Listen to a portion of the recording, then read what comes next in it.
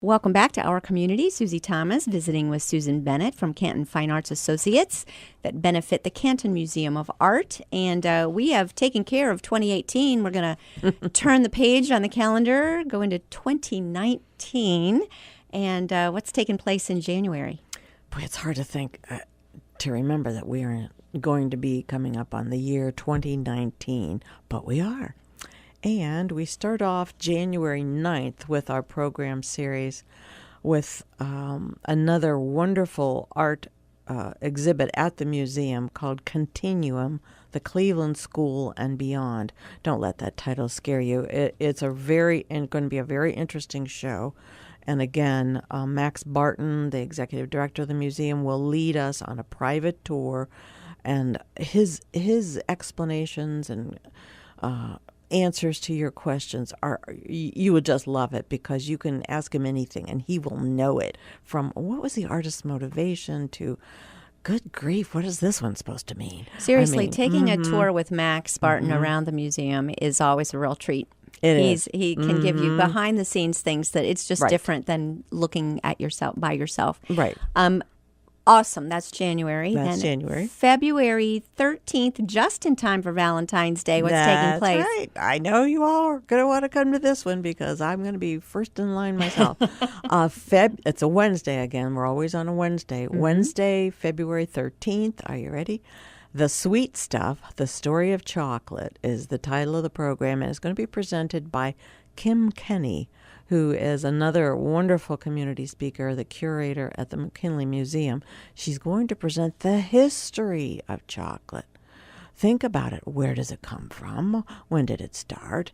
When did Hershey's first begin to make its wonderful candy bars? I mean, really, the origin of some of our products we don't think about every day. I've always thought that was fascinating. You think, who was the first person who decided to concoct this and was brave enough to put it in their mouth? Right. And then that person got a real reward by, this was good. Right. And then who was the first person to package and sell these goodies and market them and distribute them throughout the world? Yeah. It's going to be very interesting. And then the best part is not only do you get, of course, a full course catered lunch, you're going to get free chocolate samples for all guests. So don't miss that one. It's going to be fun. Extra good.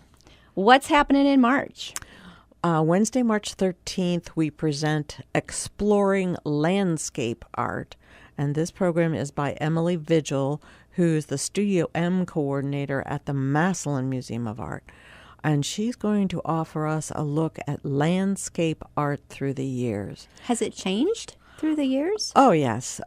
From what paint are people using, through the years to what was popular, say, in France in the 1800s as far as landscape art, all the way up to what are artists working on today in terms of landscape art, which remains one of the top selling and most popular art venues, or not venues, but art forms, because people like to look at a beautiful landscape. When you travel or you look out your front door, you like to see, the beautiful trees or a little lake also looks nice on our walls. It looks great on our walls. That's right. And so Emily is going to be talking and explaining all that. Again, great. With all of our programs, we will have question and answer sessions afterwards.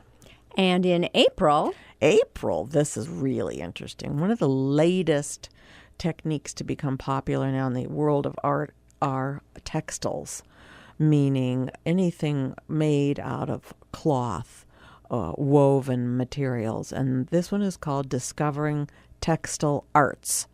We have Sandy Schellenberger, who herself is a textile artist, and she's a member of the Textile Alliance of Cleveland. She's going to present this program about the various textile arts. And believe you, I had no idea there were so many. But, in our world today, we have scarves, we have shawls, we have purses, the list goes on and on. And then she is also going to display her own textile items as well as others. They'll be on display and available for sale And again, question and answer plus the full course catered lunch. So you're saying this is more like wearable art? It could be, or it could be she's got some little tricks up her sleeve. Could be something that is a pin made of textiles. Okay. It could be, I don't know, maybe a table runner for your dining room. Nice. That's hand woven. Again, these are all hand woven, handmade textile items. That sounds great. That's April 10th. That is April 10th, which is again a Wednesday. Then in May, you do just the nicest thing for your volunteers. Well, May is our annual volunteer recognition luncheon. This year it will be at La Pizzeria on Dressler Road. And that is where we recognize the efforts of all of our wonderful volunteers throughout the year. And it's a fun time. Always.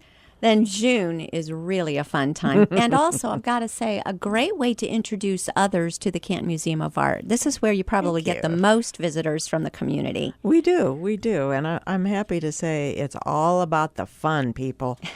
There are no questions. There's no quizzes. You just come and enjoy yourself. We'll talk about wearable art. Yes. and we may have some Yes. there.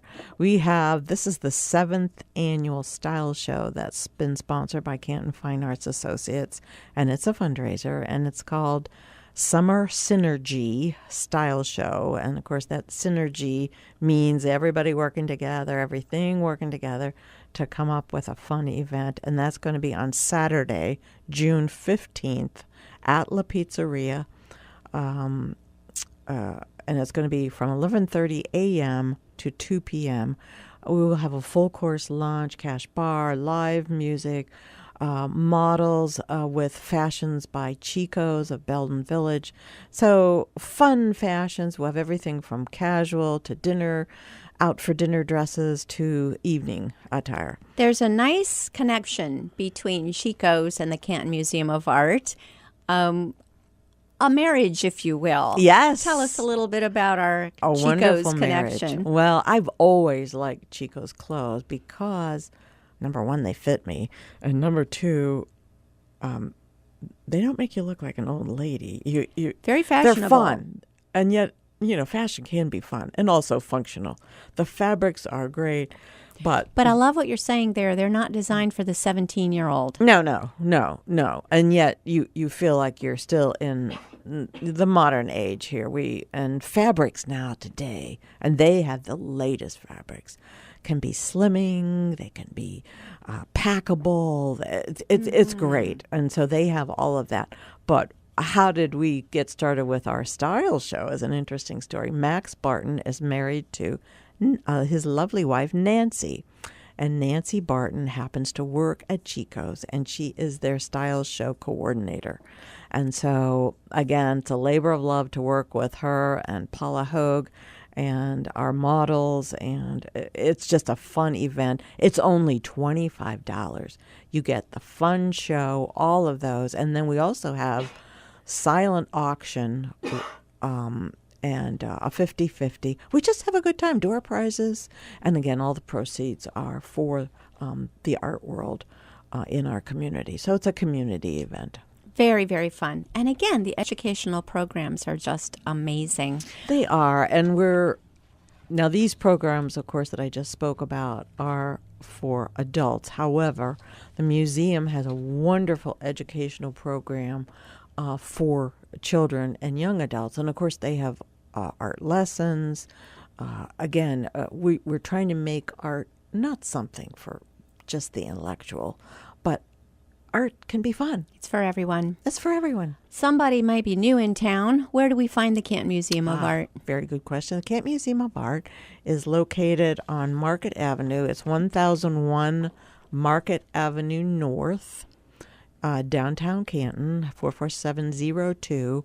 And it's very easy to find. We have, again, mostly free parking. And then there's also a parking deck if you happen to come at a very busy time. But it's right beside the Civic Center and involved with the Cultural Center. And we just have a good time down there. It is awesome. Closed on Mondays, but you can go any other day of the week. That's correct. Why is it so important to you, Susan? You've been very involved, and you give more than your share of effort towards all of these wonderful programs. Thank you. I thank you for noticing. It's important to me because not only was I an art major at one time in my life, but I do really believe that the arts transmit culture from one generation to another. Now, what does that mean? Well, if you think about it, I mean, the Greeks, the Romans, the Egyptians, the French, the Mayans, all of that has been transmitted through the arts, whether it was something handcrafted or a building that was designed. And then I do believe that God's imbued us with his own creative spirit. And so all these programs for children and adults, they help us talk and express ourselves without words. And in today's culture, that's very rare because we're always texting. Okay, we're emailing. It's words, words, words. Where art, as the art therapist Amy Hope told us, art often comes from the subconscious. And so, again, with the art therapy and education programs, I think we can make a difference and make people happier and healthier. It is one way to leave something of ourselves behind for the next generation. That is right. As you're talking about texting and emails and so many electronic things that consume so much of our time right now, They do. where will that be 100 years from now? Kind of evaporated into the wherever the cyberspace goes. Well, and of course, now, if you've been watching a lot of the things on the internet and on America's Got Talent, they are now combining the electronic world and the artistic world with some fascinating art exhibits. And again, so that's like, it's like combining the two things. So there is applications. And of course, we all know television is electronic. And, you know, you're gonna see images on there that are art and art related. So true. it's exploding as far as what is art. And taking it back to the October program, the Ancient Wonders of the World, looking at something that someone made, put a little themselves into, and there you are looking at something that a person, it connects you to a person who lived quite some time ago. Right. Think about the pyramids, for example. Why were they built? They were tombs. Who were they built by? What were their customs? And they're still there. And we still don't quite know how they did it. Right. We still don't know quite how they did it. They didn't have our kinds of machinery. No. So it's fascinating. Well, Susan, where can we go for all this information? Because we've really given folks a lot of it. You're right. We have. Well, the easiest thing to do is, again, call Marcy Shaw, who is our fine arts coordinator at the museum, at 330-453-7666, extension 105. And of course, you can ask her anything. Plus, the museum has a wonderful website. Go on there and you'll see everything that's coming up, from exhibits to our fine arts programs to the educational programs. And I just have to say, the October First Friday events are geared for children and families. I was privileged to be a part of it and volunteer there last year. If I tell you, we had so much fun. Fun. I think the parents had as much fun as the children. Absolutely. From pumpkin carving to, just, let's make a picture of your dog in a costume. I mean, it was just fun. You'll find it all on the website. That's right. Susan Bennett, Canton Museum of Art, Fine Arts Associates, thank you so much for all you do in our community. And thank you for having us.